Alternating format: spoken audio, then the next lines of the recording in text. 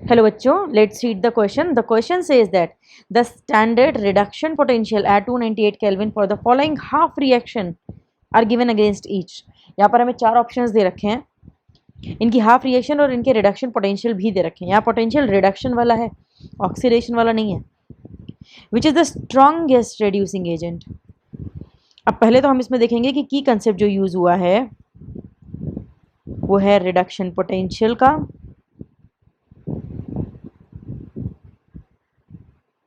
और reducing agent.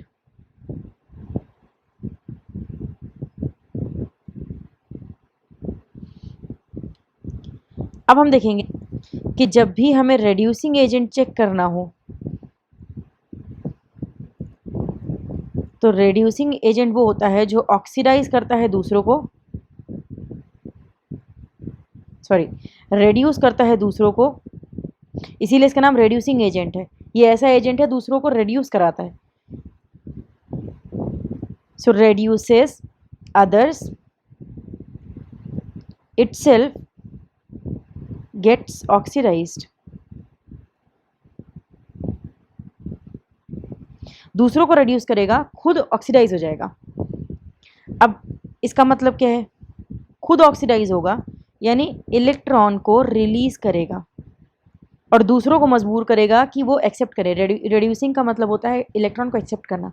जब दूसरे रेड्यूस होंगे तो वो इलेक्ट्रॉन एक्सेप्ट करेंगे, ये खुद इलेक्ट्रॉन रिलीज करेगा.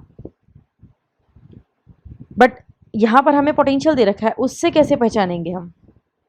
तो जब भी हमें पोटेंशियल दे रखा हो, हमें रेड्यूसिंग एजेंट चेक करना हो, तो उस केस में हम क्या करेंगे कि हमें देखना होगा कि मैक्सिमम नेगेटिव वैल्यू है तो वो रेड्यूसिंग एजेंट है.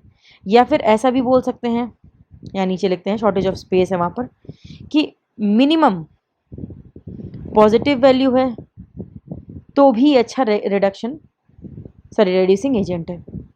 हमारी फर्स्ट प्रायोरिटी जो जाएगी वो तो जाएगी मिनिमम नेगेटिव वैल्यू को ही, मैक्सिमम नेगेटिव वैल्यू को ही. सेकेंड प्रायोरिटी में हम मिनिमम पॉजिटिव देखेंगे.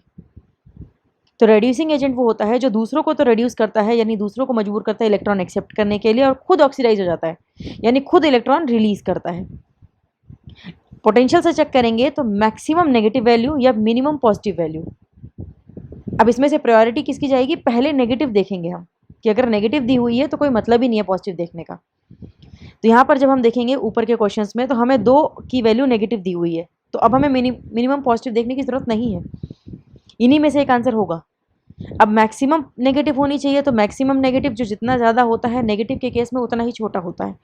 तो ये वाला वैल्यू थोड़ी कम लग रही है, ये वाली थोड़ी सी ज़्यादा है. 0.762 है, नीचे 0.740 है, तो ये वाली ज़्यादा नेगेटिव है. तो यही हमारा सही आंसर हो जाएगा, Zn+2 या फिर Zn, zinc solid. So A is the correct answer of this question. Hope you understood it well. Best of luck.